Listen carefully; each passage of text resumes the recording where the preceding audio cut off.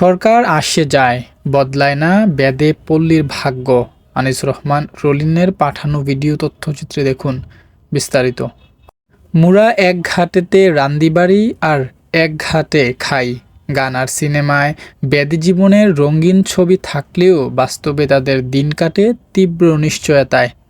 মুন্সিগঞ্জের বীরকাদিম পৌরসভার কমলাঘাট খালপাড় খোলা আকাশের নিচে ছোট ছোট খুপড়ি করে গাদাগাদি করে বাস করছে প্রায় অর্ধশত বেদে পরিবার। নেই স্থায়ী বাসস্থান, নেই নিরাপত্তা, নেই আধুনিকতার ছোঁয়া। দুবেলা খাবারের জন্য কেউ বানরের খেলা দেখান, কেউ বা তাবিজ কবজ বিক্রি করেন, কেউ শিঙ্গা লাগান বা ব্যথার তেল, তবুও পেট ভরে না।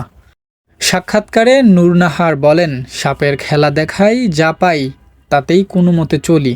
বাচ্চাদের পড়ামো কীভাবে? সরকার তো আমাদের জন্য আলাদা কোনো ব্যবস্থা করে নাই।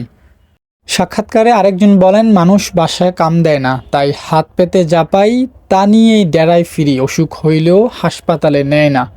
ঈদের দিনেও নতুন কাপড় জোটে না শিশুদের। বছরের পর বছর কেটে যায়, কিন্তু তাদের জীবনে পরিবর্তন আসে না। সরকার বদলায়, সময় বদলায়, তবুও কমলাঘাটের বেদেপল্লীতে ভাগ্যের চাকা যেন একই জায়গায় থেমে আছে।